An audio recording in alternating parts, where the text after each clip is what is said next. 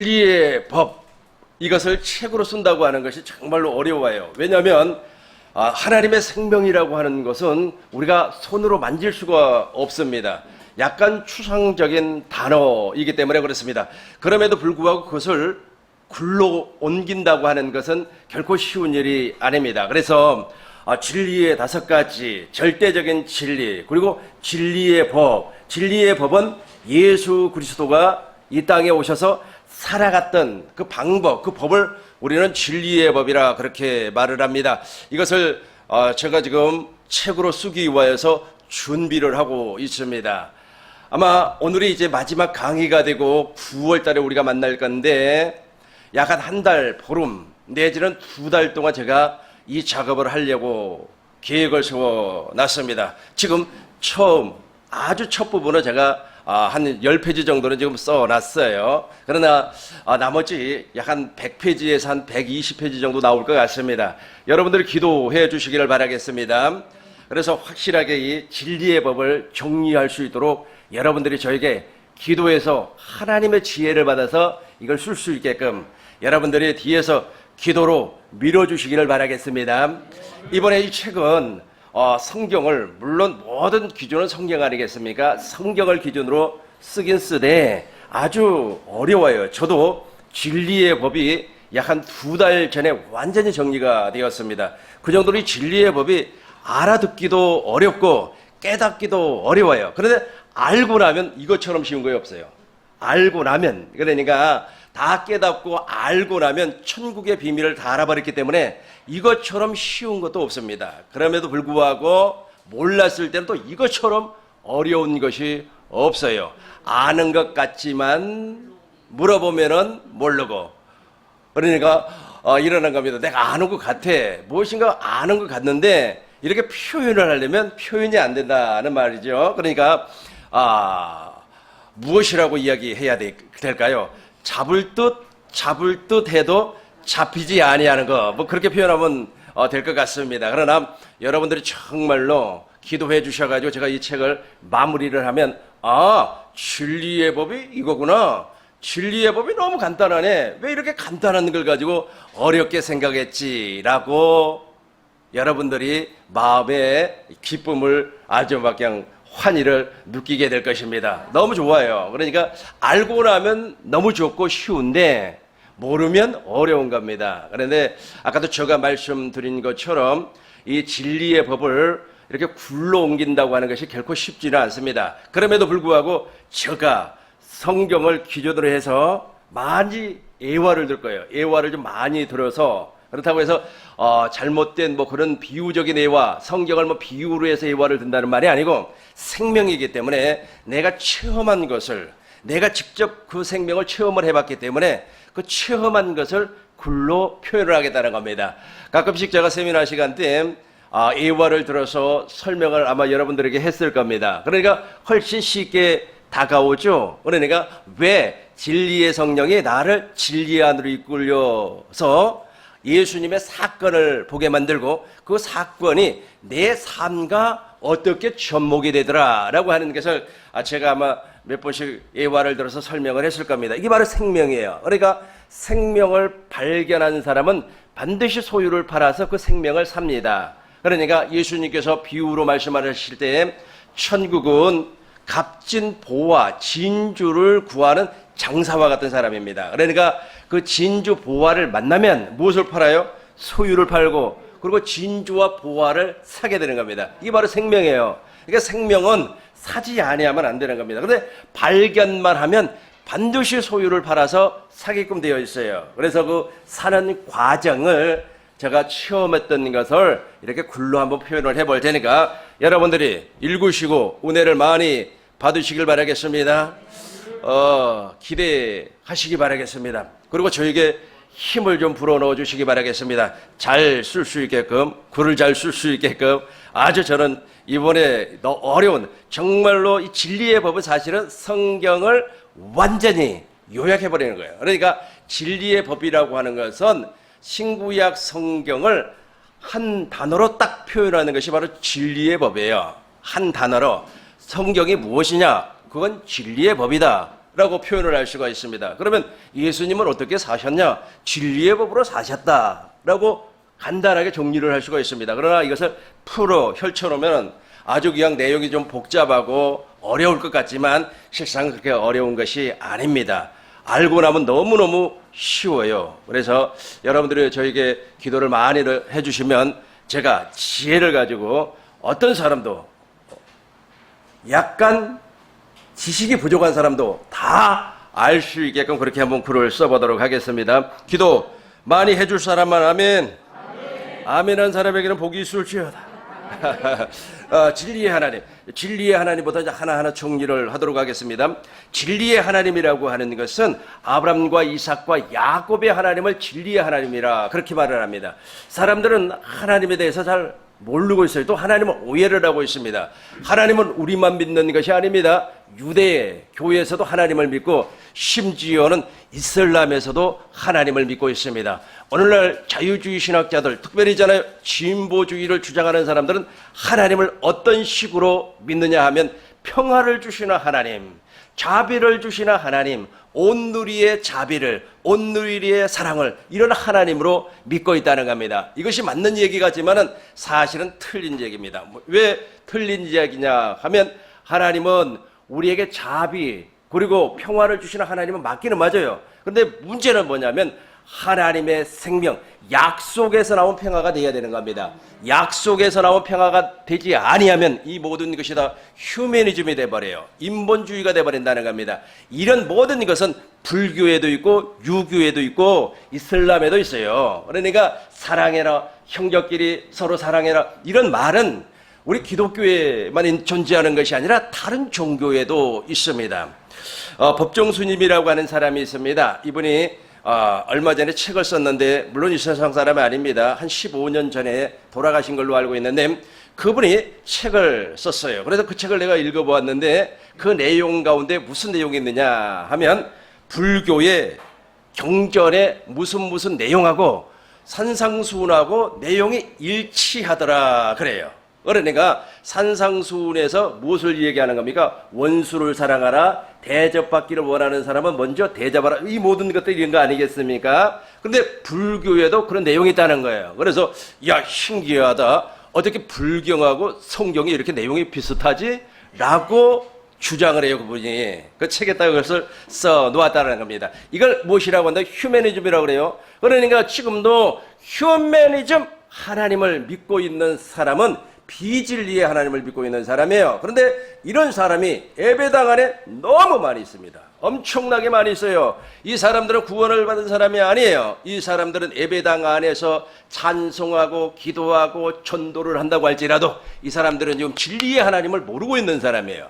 진리의 하나님을 몰라버리니까 무슨 법으로 살 수가 없어요? 진리의 법으로 살 수가 없다는 겁니다. 그래서 비진리를 믿고 있어요. 비진리를 믿고 있음에도 불구하고 자기가 진짜 하나님을 믿는 줄로 알고 있습니다. 그렇다면 진리의 하나님은 어떤 하나님인가? 진리의 하나님은 아브람과 이삭과 야곱의 하나님이에요. 그러니까 하나님께서 아브라함과 언약을 맺었어요. 그죠? 무엇을 주기 위하여서? 아들을 주기 위하여서. 무엇을 주기 위하여서? 가나안 땅을 주기 위하여서. 그리고 세 번의 직접적인 말씀을 합니다. 첫 번째는 무슨 말씀을 하는 겁니까?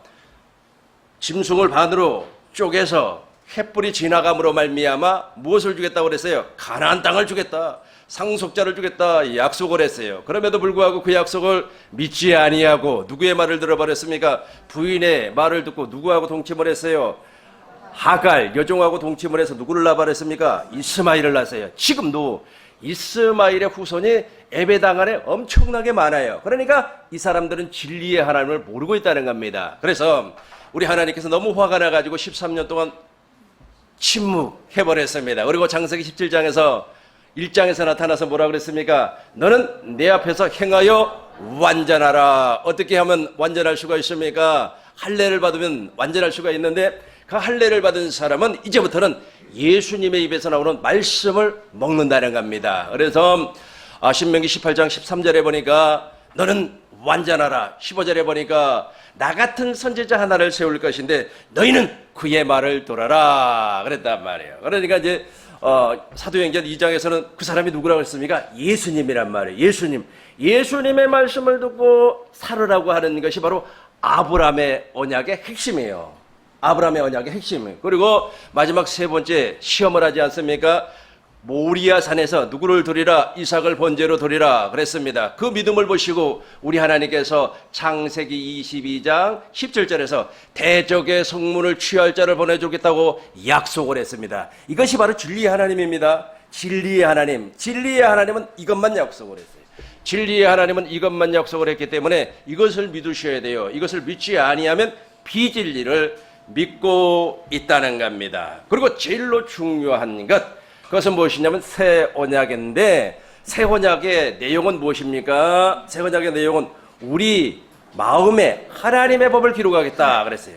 우리 마음에 하나님의 법을 기록해 주기 위해서는 아까도 제가 말씀드린 것처럼 아들이 그리스도로 이 땅에 오셔야 되는 겁니다. 이걸 약속을 했어요. 새 언약 한번 보겠습니다. 새 언약 에레미야 31장 33절을 보겠습니다. 에레미야 31장 33절, 그들이 다시는 그날 후에 내가 이스라엘 집과 맺을 언약은 이러합니다. 곧 내가, 여기서부터 내가부터 시작. 내가 나의 법을 그들 속에 두며 그들의 마음에 기록하여 나는 그들의 하나님이 되고 그들은 내 백성이 될 것이라. 여호와의 말씀이라. 아멘. 저기 무슨 말씀이냐면 새 언약인데, 그 새 언약을 우리에게 약속을 하고 하나님의 아들을 기름을 부어서 그리스도가 되어서 이 땅에 보내주시겠다고 하는 약속입니다. 보겠습니다. 마태복음 16장 16절. 마태복음 16장 16절. 시몬 베드로가 시작. 시몬 베드로가 대답하여 이르시되 주는 그리스도요 살아계신 하나님의 아들입니다. 이 말이 무엇이냐면 하나님께서는 당신의 아들 신이 아버지 품속에서 독생하신 하나님이 기름 부음을 받아 사람이 되어서 그리스도가 되어서 이 땅에 오신 이유는 하나님의 약속은 새 언약을 이루어주기 위해서 오셨습니다 라고 하는 신앙 고백입니다. 다시 한번 정리하겠습니다. 우리 하나님은 이 땅에 그리스도를 보내주실 것을 약속을 했습니다. 왜 그리스도를 보내주시느냐 하면 피를 흘려야 돼요. 하나님은 영이시기 때문에 피를 흘릴 수가 없어요. 당신의 생명을 우리에게 주고 싶어도 줄 수가 없습니다. 피는 레위기 17장 11절에 보니까 무엇이라고 했습니까? 생명이라고 그랬어요. 그런데 이 생명을 우리에게 줄 수가 없어요. 그래서 아들을 기름을 부어서 사람이 되게 해서, 완전한 사람이 되게 해서 이 땅에 보내주셨습니다. 무엇을 이루어주기 위해서? 새 언약을 이루어주기 위해서. 어디에서 죽게 만들었다고요? 십자가에서 죽어서 피를 흘렸다는 겁니다. 그래서 히브리서 9장 10절에 보니까 장래에 예수님께서 이 땅에 오셔서 장래에 좋은, 다시 한번 히브리서 9장 17절 봐요. 히브리서 9장 11절부터 보겠습니다. 그리스도께서 장래에 좋은 일에 대제사장으로 왔어요. 오셔가지고 어떻게 했습니까? 손으로 짓지 아니한, 창조에 속하지 아니한 영원한 하나님의 성소에서 당신의 피를 뿌렸어요. 그 피를 뿌림으로 말미암아 무엇이 완성이 됐습니까? 새 언약이 완성이 돼버렸어요. 그러니까 이렇게 되는 겁니다. 출애굽기 25장 22절 봐요. 출애굽기 25장 22절. 거기서 저게 뭐냐면 속죄소를 얘기하는 겁니다. 속죄소. 하나님께서 성막을 건축하게 만들고, 그 다음에 성막을 건축한 이후에 성막에 들어갈 기물들을 하나하나 이렇게 만들어라 라고 하면서 설명을 해 줬습니다. 근데 저기 보세요. 거기서 내가 너와 만나고 속죄소 위가 바로 속죄소 뚜껑을 얘기하는 겁니다. 저걸 시은 자라고 그래요. 시은 자라고 하는 말은 무슨 말이냐면 하나님께서 은혜 베푸는 자리라는 뜻이에요. 오늘 이 자리가 시은 자인 줄로 믿습니다. 하나님이 은혜 베푸는 자리라는 거예요. 그 증거글 위에 있는 두 그룹 사이에서 내가 이스라엘 자손을 위하여 내게 명령할 모든 일을 내게 이루리라. 저기에다가 피를 뿌리는 거예요. 저기에다가. 그러니까 예수님께서 당신의 피를 하늘 성소의 증거궤 저기에다가 피를 뿌렸어요. 피를 뿌림으로 말미암아 어떻게 됐습니까? 하나님의 언약이 완성이 돼버렸어요. 하나님의 모든 언약이 완성이 돼버렸어요. 그래서 지옥 갈 사람은 지금 한 사람도 없습니다. 문제는 이 그렇죠. 이 하나님의 약속, 하나님의 언약을 믿지 아니하기 때문에 지옥 가는 겁니다. 이것을 무슨 하나님이라고요? 진리의 하나님이라고. 진리의 하나님. 이 진리의 하나님을 몰라버리기 때문에 진리의 법으로 살 수가 없어요. 진리의 법으로 살 수가 없다는 겁니다. 그러니까 여러분 자동차 운전 있잖아요. 자동차 운전할 수 있는 방법을 모르면 자동차를 줘도 고물단지가 돼버리는 거예요. 그러니까 이 이야기하니까 생각이 나는데 영국에서 있지 않습니까? 인도에다가 옛날에 인도가 영국의 식민지였습니다. 무려 100년 동안 식민지였어요. 그래서 영국에서 큰 아주 그냥 대상, 거상 있잖아요. 큰 막 사업가 있잖아요. 막 장사꾼. 그 사람이 돈을 엄청나게 많이 벌어가지고 인도의 그 어느 한 영주에게 선물을 하나 했습니다. 무엇을 선물을 했느냐 하면 자동차를 선물을 했어요. 그러니까 자동차 막 돌려가지고 가는 거 아니겠어요? 그런데 이 영주는 있지 않습니까? 영주라고 하면 그 지역을 다스리는 사람이에요. 지금으로 얘기하자면 도지사나 뭐 시장 정도 되겠죠. 아무튼 자동차를 줬는데 세상에 자동차를 운전을 할 줄을 몰라요. 그래가지고 자동차를 어떻게 사용을 했느냐면 자동차 앞에 말이 2마리를 세워가지고 말이 끌고 자기는 자동차에 앉아서 가는 거예요. 그러니까 자동차를 마차처럼 사용을 했다는 겁니다. 모르니까 똑같아요. 여러분이 진리의 절대적인 진리를 몰라버리면 진리의 법으로는 죽었다가 12번 깨어나도 못 살아요. 이해가 되십니까? 그러니까 진리를 몰라버리면 진리의 법으로 살 수가 없다는 겁니다. 그래서 예수님 안에는 무엇이 있고 진리가 있고 그래서 예수님이 진리의 법으로 사는 거예요. 이해가 됐습니까? 반드시 우리는 저 진리의 하나님을 아셔야만 합니다. 여러분 교환을 봐요. 교환을 보면 밑에 영원한 약속, 여기서부터 제가 진리의 법으로, 진리의 하나님을 진리의 법으로 설명을 하겠습니다. 진리의 하나님 아셨죠? 대부분의 사람들이 진리의 하나님을 몰라버렸기 때문에 사랑의 하나님, 평화의 하나님, 긍휼의 하나님 다 맞는 말이에요. 다 맞는 말인데 이것이 어디에서 나오지 아니하면 그렇죠. 진리 안에서, 생명 안에서 언약. 하나님은 무엇만 약속을 했습니까? 영원한 생명. 보세요. 요한일서 2장 25절 봐요. 요한일서 2장 25절. 여기서 나오지 아니한 사랑은 다 가짜라니까요. 같이 하겠습니다. 시작. 그가 우리에게 약속하신 것은 이것이니 곧 영원한 생명이라. 여기에서 나오지 않는 사랑, 여기에서 나오지 아니한 긍휼, 여기에서 나오지 아니한 자비, 여기에서 나오지 아니한 의, 아무 소용없다니까요. 이게 다 가짜예요, 가짜. 그런데 대부분의 사람들이 무엇을 믿고 있다고요? 가짜를 막 믿고 있다는 거예요. 어느 분이 시집을 가기 위해서 예단을 받았는데 아주 굿지를 받았어요. 굿지라고 혹시 들어보셨습니까? 받아가지고 기분이 너무 좋았습니다. 그런데 약간의 상처가 있어가지고 예수를 받으러 갔는데 세상에 말이야, 이거 어디서 샀습니까? 어느로 백화점에서 샀습니다. 그랬더니 이거 우리가 판 적이 없는데요. 이거 뭐예요? 짝퉁이라는 거죠. 짝퉁. 그러니까 짝퉁 하나님을 믿고 있다 이 말입니다. 무엇을 모르니까? 생명.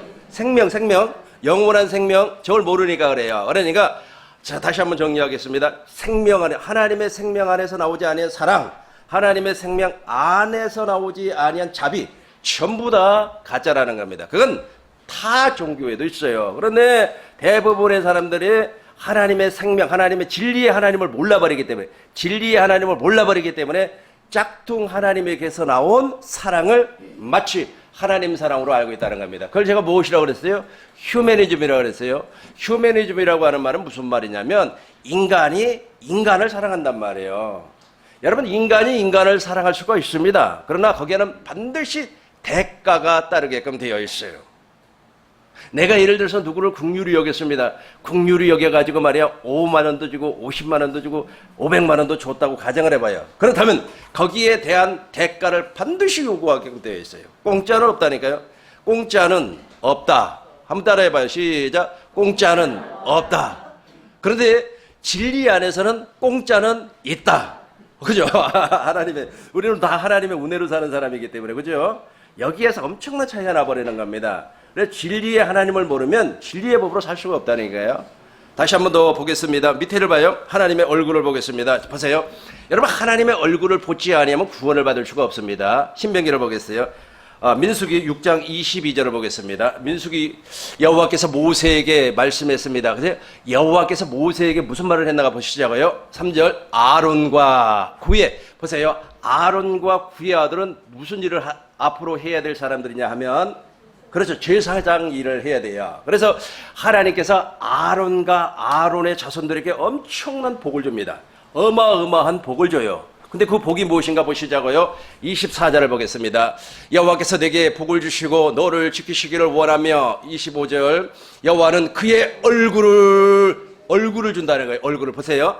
여호와는 그의 얼굴을 내게 비추사 은혜 베풀기를 원하며 26절 보겠습니다. 여호와는 그의 얼굴을 내게 향하여 드사 평강 주기를 원하노라 할지니라 하라. 27절 같이 해요. 시작. 그들은 이같이 내 이름으로 이스라엘 자손에게 축복할지니 내가 그들에게 복을 주리라. 자, 보세요. 이제 진리의 법이에요, 이게. 여러분들 진리의 하나님을 알고 있죠? 진리의 하나님을 알고 있는 사람은 진리의 법으로 살기 때문에 진리의 법으로 사는 사람은 반드시 여호와의 얼굴을 보게 돼 있어요. 여호와의 얼굴에서 무엇이 나오기 때문에 빛이 나오기 때문에 그 빛을 보는 사람은 어떻게 되는 겁니까? 저 이름이 나에게서 나타나는 겁니다. 저 이름이 무엇이라고 그랬어요? 여호와의 이름이 예수의 이름이 예수의 마음, 그리스도의 마음이 나타난다는 말씀입니다. 계속해서 시편도 한번 봐요. 시편 80편 3편을 보겠습니다. 80편 3절 봐요. 하나님이여 우리에게 주의 얼굴을 어떻게 한다고요? 비추사 우리를 구원. 다 정리하면서 간단하게 정리하면서 내가 넘어가겠습니다. 왜 중간에 정리를 해드리냐면 한 단어를 딱 마무리를 지어야만이 두 번째 단어에 들어갈 때 이해가 돼요. 정리라고 들어가겠습니다. 우리가 하나님께서 우리에게 무엇을 비춰주겠다고 그랬어요? 당신의 얼굴을 비춰주겠다. 그러면 당신의 얼굴을 비춰주면은 그 당신의 얼굴이 내 안에서 무엇으로 나타난다고 그랬습니까? 이름으로, 여호와의 이름으로 나타난다. 여호와의 이름으로 나타난다는 말은 그리스도의 마음으로 나타난다는 겁니다. 그리스도의 마음이 나타나는 사람에게 우리가 구원을 얻게 하소서가 되는 거예요. 그러니까 저 그리스도의 마음이 당신 안에서 나타나지 아니한다면 여러분들은 여전히 인본주의, 휴머니즘으로 신앙생활하고 있다는 겁니다. 그리스도의 마음이 나타난 사람은 그렇지 않아요. 진리의 법으로 신앙생활하는 사람이에요. 무엇으로 한다고요? 진리의 법으로. 그러나 그리스도의 마음이 나타나지 아니한 사람은 구원을 얻지를 못하기 때문에 철저하게 인본주의입니다.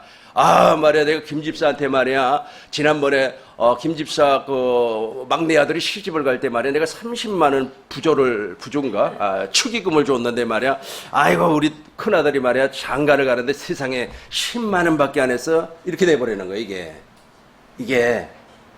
네. 무슨 말인지 이해가 됩니까? 철저하게 인간 중심이 돼버린다는 겁니다.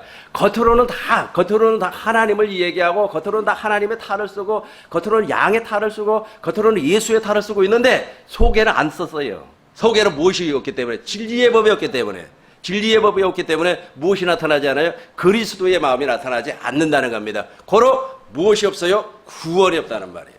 이해가 됐죠? 계속해서 보겠어요. 7절 보겠습니다. 7절 만군의 하나님이여 우리를 회복하여 주시고 주의 얼굴의 광채를 비추사 우리가 무엇을 얻게? 구원을 얻게 하소서. 19절 보겠습니다. 19절 만군의 하나님 여호와여 우리를 돌이키시고 주의 얼굴의 광채를 우리에게 비추소서. 우리가 무엇을? 구원을. 그리스도의 마음이 나타나지 않으면 구원이 아니라 그랬습니다.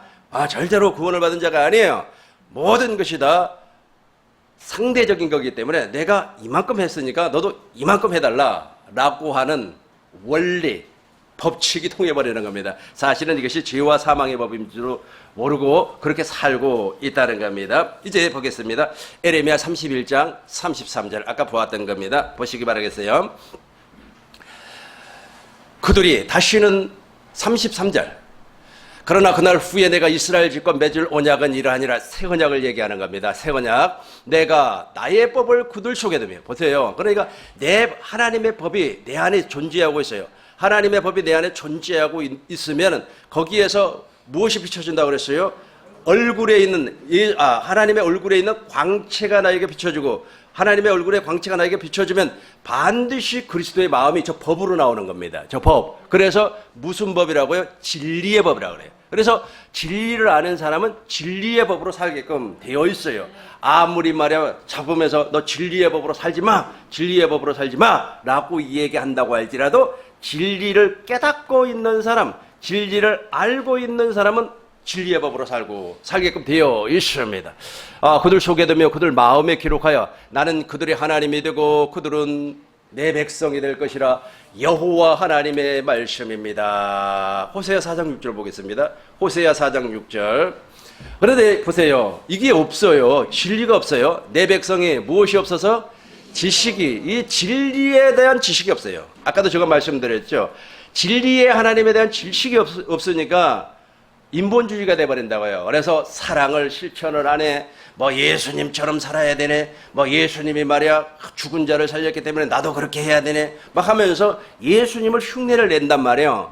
예수님을 흉내를 낸다고 할지라도 무엇이 없어요? 진리가 없어요. 무엇이 없어요? 하나님의 언약, 생명을 모르고 있다는 겁니다. 그래서 망하는 겁니다. 내 백성의 지식이 없으므로 망하는도다. 내가 하나님의 지식을 버렸구나. 나도 너를 버려서 제사장이 되지 못하게 한다. 그렇게 무서운 말입니다. 엄청나게 무서운 말이에요. 엄청나게. 6장 10절 보겠어요. 6장 10절. 6장 10절이든가 12절이든가 12절 봐봐요. 12절. 아니 7장이 아니고 6장. 아니구나. 6장 4절을 봐요. 그러면 6장 4절을 보겠습니다. 여기 있네. 6장 4절. 6장 7절인가? 그냥 넘어가도록 하겠습니다. 지금 제가 못 찾고 있는데 여기에 보면 무엇이 나오냐면 저 진리를 모르는 사람이 마음이 완악해져 버려요. 완악. 그러니까 하나님의 진리를 모르는 사람은 마음이 완악해져 버려요. 그게 6장 몇 절이든가 4절이든가 5절에 보면 나오는데 아무튼 여러분들이 찾아보시기를 바라겠습니다. 예? 4장 7절. 4장 7절 아닌 것 같은데요. 아무튼 그 말이 있어요. 그러니까 진리를 모르는 사람, 다시 말해서 하나님의 약속을 모르는 사람은, 하나님의 언약을 모르는 사람은 마음이 완고해져 버려요. 마음이 엄청나게 완악해져 버리는 겁니다. 이 완악한 마음이 풀어지질 않아요. 그러니까 겉으로는 웃고, 겉으로는 할렐루야, 목사님 할렐루야, 겉으로는 막 웃고 사랑합니다 그 말에 울고 불고 해도요, 이게 안 돼요. 이 속사람이 안 된단 말이야. 무엇이 없기 때문에? 진리가 없기 때문에. 진리가 없기 때문에 그렇습니다. 이거 무서운 말이에요. 이거 무서운 말입니다. 그래서 이런 사람들은 무엇이 없어요? 구원이 없어요. 무엇 때문에? 무엇이 비춰지지 않기 때문에? 여호와의 얼굴을 보지 못하기 때문에. 이거 이제 고린도후서 3장 6절부터 쭉 읽어보면 무엇이냐면 모세의 수건이 마음을 덮고 있기 때문에 무엇을 볼 수가 없어요? 광채, 주의 영광을 볼 수가 없다. 그렇게 말씀을 하고 있습니다. 진리의 하나님 이해하셨죠? 이제 진리의 예수님으로 간단하게만 넘어가고, 이제 제가 9월달에 책이 나오면 책을 이렇게 보시면 그때는 제가 예화, 그러니까 다른 사람 예화 말고 내 예화를 들어서 써놓을 테니까 한번 읽어보시기 바라겠습니다. 근데 그렇다고 해서 내 이름을 쓰지는 않습니다. 예를 들어서 나는 이제 한 목사니까 그렇다고 한이라고 안 쓰고 H 뭐 이렇게 쓸 거예요. 그러면 H 그러면 저 한정현이구나 하는 것을 여러분들이 알면 되는 거예요. 아무튼 그렇게 해서 쉽게 이렇게 써놓을 테니까 금방 이해가 돼요. 아주. 왜냐하면 상대적인 거기 때문에 그래요. 그러니까 진리가 있으면 비진리가 있어요. 비진리가, 그죠? 죄와 사망의 법이 있으면 생명의 성령의 법이 있단 말이에요. 그렇죠. 이게 상대적인 거기 때문에 한쪽으로 알면 한쪽으로 알 수가 있어요. 여러분, 성령의 역사를 알고 싶으면요, 귀신의 역사를 알면 성령의 역사를 금방 이해를 해버려요. 금방. 왜냐면 영이기 때문에, 영적 존재이기 때문에. 그렇게 해서 이제 비교를 해서 제가 체험했던 것을 기록을 할 테니까 여러분들이 잘 읽어보시기를 바라겠습니다. 진리의 예수님을 보겠습니다. 에베소서 4장 21절을 보니까 예수님 안에는 진리가 있고 그랬어요. 이제 보세요. 예수님에 대해서 지금 내가 설명한 예수님을 모르고 있으면, 내가 지금 설명한 예수를 모르면 그 사람은 예수를 잘못 믿고 있는 겁니다. 예수 믿으세요. 잘못 믿고 있어요. 그러면 예수가 무엇인가를 보겠습니다. 예수님은 아버지 품속에 독생하신 하나님이 로고스에서 로고스가 아버지 품속에 독생하고 계셨는데 그 로고스가 말씀이 육신이 돼서 이 땅에 왔어요. 이 땅에 올 때 어떻게 됐습니까? 그 안에는 은혜와 진리가 충만하더라. 요한복음 보겠습니다. 요한복음 1장 14절 보겠어요. 말씀이 육신이 되어 우리 가운데 거하심에 우리가 그의 영광을 보매 아버지의 독생자의 영광이요 무엇과 은혜와 진리가 충만하더라. 그러니까 예수님 안에는 은혜, 진리가 충만했습니다. 그런데 예수님이 이 땅에 오실 때는 그냥 온 것이 아니라 아버지께로부터 아버지의 이름을 받아가지고 왔어요. 아버지의 이름을 받아가지고 이 땅에 오셨습니다. 이게 바로 예수예요. 예수를 알려면 예수를 알고 그 다음에 그리스도를 알아야 돼요. 그러니까 먼저 예수부터 설명하겠습니다. 요한복음 17장 2절을 보겠습니다. 아버지께서 아들에게 주신 모든 사람에게 영생을 주게 하시려고 만민을 다스리는 권세를 아들에게 주었습니다. 저 권세가 무엇인가 보시자고요. 11절 보겠습니다. 11절 나는 세상에 더 있지 아니하오니 그들은 세상에 있사옵고 나는 아버지께로 가옵나니 거룩하신 아버지여 내게 주신 아버지의 이름. 그러니까 예수님은 아버지의 이름을 가지고 이 땅에 오셨어요. 즉 아버지의 생명으로 이 땅에 오셨다는 겁니다. 즉 빛으로 이 땅에 오셨다는 겁니다. 아버지 하나님의 얼굴에 나타난 광채를 가지고 이 땅에 오셨다는 거예요. 그래서 요한복음 1장 5절에 보니까 요한복음 1장 5절 보고 이쪽으로 다시 와요. 빛이 어둠에 빛이 돼 어둠이 깨닫지 못하더라. 6절 보겠습니다. 6절 4절부터 봐요. 4절부터 보겠습니다. 4절 구 안에는 시작 구 안에는 생명이 있었으니 이 생명은 사람들의 빛이란 말이에요. 저 빛이 바로 참빛이에요. 참빛 이해가 되죠? 아까 구약 성경을 봤을 때는 저 빛이 어디가 있었어요? 아버지의 얼굴에 있었단 말이에요. 근데 그 얼굴에 있는 빛, 그러니까 예수님이 이 땅에 오셔가지고 권세가 있었는데 그 권세는 무엇이냐면 아버지의 이름, 그리고 또 아버지의 생명, 그리고 아버지의 빛을 가지고 왔다는, 아버지의 빛으로 이 땅에 오셨다는 겁니다. 그 안에 생명이 있었으니 이 생명은 누구의 생명입니까? 하나님의 생명이에요. 계속해서 보겠습니다. 빛이 어둠에 빛이 돼 어둠이 깨닫지 못하더라. 6절 보겠습니다. 하나님께로부터 보내심을 받은 사람이 있으니 그의 이름은 요한이라 하면서 이제 세례 요한을 설명하고 있단 말이에요. 중요한 것은 뭐냐면 다시 17장 11절 다시 가요. 예수님은 이 땅에 오실 때 하나님의 생명으로 왔어요. 빛으로 왔습니다. 이름으로 왔어요. 이름으로 왔습니다. 그 이름으로 말미암아 당신을 지켰어요. 저것 때문에 예수님을 악한 마귀가 건들지를 못하는 겁니다. 손을 못 대는 거예요. 저것 때문에. 그리고 저것으로, 그러니까 이름으로 무엇이 됐는가? 21절부터 보겠습니다. 21절 쭉 내려와서 아버지여 아버지께서 내 앞에 내가 아버지 안에 있는 것 같이 그들도 하나가 되어 시작 하나가 되어 한 번 더 시작 하나가 되어. 너무너무 중요한 말씀입니다. 아버지 예수님은 아버지의 이름으로 아버지의 생명으로 아버지의 빛으로 이 땅에 오셔가지고 하나가 됐어요. 아버지와 예수님이 하나가 되었고 또 예수님 안에는 성령이 하나가 성령으로 말미암아 성부와 성자와 성령이 저 이름으로 생명으로 하나가 되었어요. 고로 예수님은 또 제자들과 하나가 되어야 돼요. 제자들과 하나가 되기 위해서는 무엇이 필요하느냐면 아버지께로 받은 이름이 있어야 돼요. 이름. 그 생명으로 하나가 된다라는 말입니다. 지금도 제가 하나 되는 것을 제일로 싫어하는 인간이 누군 줄 아세요?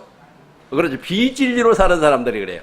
비진리로 사는 사람들은 하나 되는 것을 그렇게 싫어합니다. 그래서 우리 한국에는 있잖아요. 장로교단이 300개가 넘어요. 다 분리가 되는 거예요. 하나가 되기 싫어가지고 내가 뭐 하나가 나는 내가 좋아. 천상천하 유아 독존이야 막 하면서 말이야. 저건 하나가 우리는 하나요. 무엇으로 하나가 된다고요? 이름으로 생명으로 빛으로. 계속해서 22절 23절 보겠습니다. 23절 아버지여 내가 그들 앞에서 23절 맞지요? 22절을 보고 23절 그대로 보세요. 23절 저 중간에서부터 볼게요. 그들로 온전함을 이루어 뭐가 된다고요? 하나가 되게 하려 함은. 다시 한번 같이 읽어요. 시작. 그들로 온전함을 이루어 하나가 되게 하려 함은. 그죠? 하나인단 말이에요. 그 다음에 22절도 봐요. 22절도 보겠어요. 내게 주신 영광, 저기는, 아까는 저게 무엇이라고 그랬어요? 여기는 영광이라고 나왔고, 위에는 무엇이라고 그랬어요? 이름이라고 그랬단 말이에요. 그러니까 아까 제가 설명했죠. 예수님은 저 영광이 영화로 빛이라는 뜻이거든요. 그래서 예수님은 이 땅에 오실 때 이름으로, 아버지의 이름으로, 아버지의 생명으로, 아버지의 얼굴에 있는 광채로 왔다는 겁니다. 그러니까 영광이라는 말은 얼굴, 그러니까 영화로운 광채인데 예수님과 제자들이 하나가 되려면 저 영광으로 하나가 된다는 겁니다. 이름으로 하나가 되나 생명으로 하나가 되나 영광으로 하나가 되나 같은 말이기 때문에 그렇습니다. 내게 주신 영광을 내가 그들에게 주었사오니 이는 우리가 무엇이 하나가 된 것 같이 우리가부터 시작. 우리가 하나가 된 것 같이 그들도 하나가 되게 하려 함이니이다. 놀랍지 않습니까? 놀랍지 않습니까? 그러니까 성부와 성자와 성령 하나님은 생명으로, 이름으로, 빛으로 하나가 된 것처럼 우리도 동일하게 예수님과 무엇으로 하나가 돼요? 생명으로, 이름으로, 빛으로 하나가 된다는 말이에요. 이게 바로 진리의 진리. 이걸 증거하지 아니하면, 이걸 모르면 진리의 법으로 살 수가 없다라는 말입니다. 그래서 두 번째, 예수님은 그리스도가 되었습니다. 이 그리스도라고 하는 것은 기름 부음 받은 자. 예수님은 이 땅에 오셔서 완전한 사람이었어요. 완전한 사람. 완전한 사람으로 오지 아니하면 우리를 구원할 수가 없습니다. 그래서 완전한 사람으로 오셔가지고 누구에게 세례를 받느냐 하면 세례 요한을 통해서 세례를 받습니다. 요한복음 1장 29절에 보니까 세례를 받고 난 이튿날 요한이 이렇게 말을 했어요. 보라, 세상 죄를 지고 가는 하나님의 어린 양이로다. 이 세상 죄를 다 뒤집어 써버렸습니다. 그러고 나서 제자 삼는 세례를 베풀어요. 이 제자 삼는 세례라고 하는 말은 무슨 말이냐면 예수님이 제자를 불러서 내가 무엇 때문에 왜 왔고 앞으로 무엇 때문에 왜 죽고 제3일에 부활할 건가를 가르쳐 줬다는 거예요.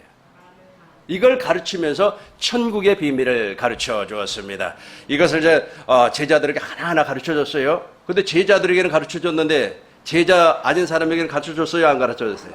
안 가르쳐 주고 비유로 다 설명을 해버렸습니다. 그것이 마태복음 13장 씨 뿌리는 비유, 가라지 비유, 진주 보화 비유, 누룩 비유, 겨자씨 비유, 그물 비유, 막 이렇게 해가지고 비유로 다 설명을 했단 말이에요. 근데 제자들은 예수님에게 따로 교육을 받았기 때문에 알아요. 그런데 외인들은 모르고 있다는 겁니다. 외인들은. 그래서 이제 예수님께서 이제 당신이 죽으실 것과 부활하실 것을 다 가르쳐 줬어요. 이것이 무엇이라고 그랬습니까? 그리스도라고 그랬어요. 이 그리스도를 몰라버리면 새 언약을 모르는 거란 말이에요. 그리스도를 모르면 무엇을 모른다고요? 새 언약을 몰라요.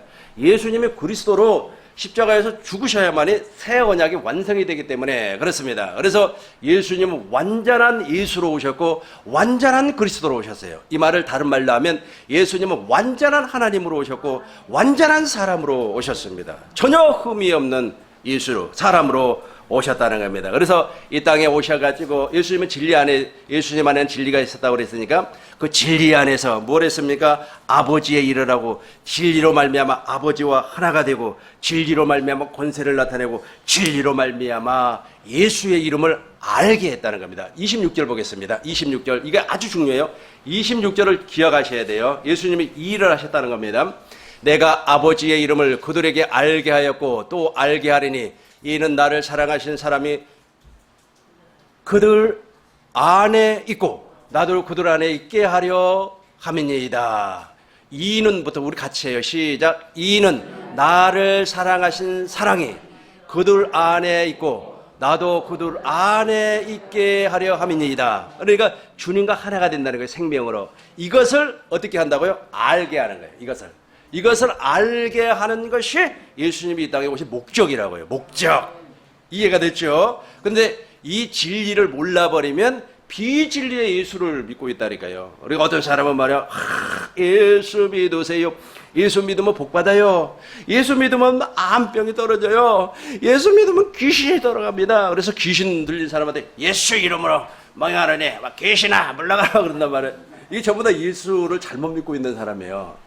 다시 말해서 내가 내가 예수님이 진리 안에서 살았던 것처럼 내가 진리 안에서 살아버리면 암병도 떠나가고 그렇죠? 귀신도 떠나가고 또 뭐도 떠나가고 코로나도 떠나가고 진리 안에 왜 그 권세기 때문에 권세. 그런데 이걸 몰라버리기 때문에 비진리의 예수를 믿고 있기 때문에 진리의 법으로 살 수가 없다는 겁니다. 그 사람들의 삶이 아무리 깨끗하고 정결하다고 할지라도 그 사람들은 진리의 법으로 사는 사람이 아니에요. 그런데 진리의 법으로 살지 아니한 사람이 오히려 더 훨씬 더 깨끗합니다. 아주 깨끗해요. 제가 지지난 시간에 설명했죠. 인도에 아주 보수적인 교파, 그러니까 힌두교 교파 가운데 아주 훌륭한 아주 수도하는 사람들 있잖아요. 근데 거기에 입교하기 위해서는 어떻게 한다고요? 머리를 뽑아버려야 돼요, 머리를. 물을 이렇게 칙칙 뿌려서 머리를 다 뽑아요. 근데 그걸 다 참아내는 겁니다. 그러니까 사람들 보기에는 너무 훌륭해요. 그리고 그 사람들이 탁발을 합니다. 탁발이라고 하는 것은 얻어먹는 것을 탁발이라고 하는데 이 탁발을 할 때 아무것도 입지를 않아요. 아주 고추를 다 내놓고 걸어 다녀요. 그럼에도 불구하고 전혀 음욕을 느끼질 않아요. 그 사람들은. 그리고 저녁에 잠을 자지 않습니까? 걸어가다가 해가 지면 길거리 옆에서 그냥 자버려요. 옆에 뭐 버스가 지나가고 뭐 자동차가 지나가도. 근데 더 놀라운 것은 뭐냐면 모기떼가 벌떼처럼 달라들어서 피를 빨아먹어도 모기를 한 마리도 안 죽여요. 훌륭해요, 안 훌륭해요? 훌륭하잖아요. 그럼에도 불구하고 이 사람들은 무엇을 몰라요? 진리를 몰라요. 진리를 모르니까 무슨 법으로 살 수가 없어요? 진리의 법으로 살 수가 없다는 말입니다. 사람들 보기에는 정말로 훌륭합니다. 정말로 훌륭해요. 아니 우리 기독교 안에도 그래요. 기독교 안에도 말이야 어느 집사가 말이야 뭐라고 얘기하냐면 어느 목사를 가봤더니 그 집이 그렇게 검소하더라는 겁니다. 검소. 그러니까 말이야 사치를 안 부리더라. 그 목사님은 말이야 돈도 좋아하지 아니하고 검소하고 그래가지고 말이야 말이야 뭐 그냥 뭐 천국 보고 은혜 받아니 어쩌냐 하던 홀라당 그쪽으로 도망가 버렸어요. 왜냐하면 검소하니까 이게 무엇이 없어서 그래? 진리가 없어서 그래. 진리를 모르면 진리의 법으로 살 수가 없습니다. 한번 저를 따라해 보시기 바라겠습니다. 진리를 모르면 진리의 법으로 살 수가 없습니다. 그럼 반대로 진리를 알면 진리의 법으로 살 수가 있습니다. 시작. 우리 지금 잘못된 예수를 믿고 있다니까. 가짜 예수를 믿고 있어요. 가짜 예수를 믿고 있다는 겁니다. 지금 예수는 기독교에서만 믿는 것이 아닙니다. 예수는 심지어 이슬람에서도 믿어요. 예수를. 왜냐하면 예수라고 하는 이름은 있지 않습니까? 오늘날 중동에 가면 예수라는 이름을 가지고 있는 자들이 많이 있습니다. 팔레스타인 저쪽으로 가면은. 그러니까 예수라고 하는 사람은 선지자야. 너무 훌륭한 선지자야. 그러니까 그 사람 이름을 따서 자기도 그 사람 이름으로. 우리 한국에도 그렇잖아요. 어떤 사람은 한국은 말이야 뭐 철수, 영수, 뭐 순자 뭐 그렇잖아요. 그런데 어느 날 갑자기 오늘부터 말이야 예수다. 또 오늘 마리아, 또 어떤 사람은 말이야 남자 같은 경우는 다니엘, 뭐 사무엘 그렇잖아요. 그 사람의 그 인물, 그 인물의 그 삶을 좋아해서 아마 그렇게 이름을 지었던 것 같아요. 아무리 이름을 그렇게 지었다고 할지라도 무엇을 모르면 진리를 모르면 무슨 법으로 살 수가 없다? 진리의 법으로 살 수가 없다라는 거예요. 잘못된 예수를 믿고 있습니다. 그래서 예수님 다시 한 번 더 보겠습니다. 다시 한 번 더 보겠어요. 요한복음 14장 10절 예수를 잘 아셔야 돼요. 나는 아버지 안에 거하고 그렇죠? 나는 예수님은 아버지 안에 있었어요. 아버지는 내 안에 계신 것을 내가 믿지 아니하느냐? 내가 너에게 이루는 말은 스스로 하는 것이 아니에요. 그러니까 진리신 하나님이 진리신 아버님이 그 안에 계셔서 아버지가 주시는 말씀, 아버지가 주시는 생각으로 예수님은 일을 하셨다는 겁니다. 내가 너희에게 이루는 말은 스스로 하는 것이 아니라 아버지께서 내 안에 계셔서 그의 일은 누구예요? 아버지의 일을 예수님이 하는 겁니다. 아버지의 일을. 저도 지금 있지 않습니까? 내 일을 하는 것이 아니에요. 내 일을 하는 것이 아니고 하나님의 일, 아버지의 일을 하고 있는 겁니다. 예를 들어 내 일을 했다면 나는 대가를 받죠. 여러분들에게 최소한 있잖아요. 한 사람 앞에요 50만 원씩 받아야 돼. 대가를 맞죠. 내 일이 아니라니까요. 내 일이 아니고 누구의 일이에요? 아버지의 일을 한단 말이에요. 그래서 우리 주님도 제자들을 파송을 할 때 70명의 제자를 파송을 할 때 무엇이라고 그랬습니까? 두 버릇도 가져가지 말고 배낭에 뭐 전대복으로 다 가져가지 말라 그랬어요. 그렇죠? 그러면서 거저받았으니 아니죠. 거저받았으니 10배로 받아라. 예수를 우리가 몰라서 그래요. 예수를 이제 진리의 예수님 아셨죠? 이 부분을 제가 이제 풀어가지고 이제 쭉 써 나갈 거예요. 예수님은 왜 이런 사건, 그러니까 예를 들어서 예수님이 수가성 여인을 만났을 때 왜 내 안에서는 영원히 목마르지 아니한 생수가 터진다 그 말을 했을까? 그 말을 했을까? 뜬금없이 하는 것은 아니잖아요. 이런 것을 설명을 쉽게 해드릴 테니까 기도 많이 해주시기 바라겠어요. 한번 이렇게 영감을 받아가지고 쓸 때요, 어떤 데는 막 그냥 40페이지, 50페이지도 말이에요. 몇 시간 만에 써져요. 그런데 하나님이 영감을 안 주면, 할아버지를 안 주면은 이게 한 페이지도 안 써지네. 한 페이지도 안 써져요. 맞아, 그분이 오셔야 돼요. 한 페이지도 안 써져요. 그럼 막 힘들어요. 예, 10분 쉬었다가 계속하도록 합시다.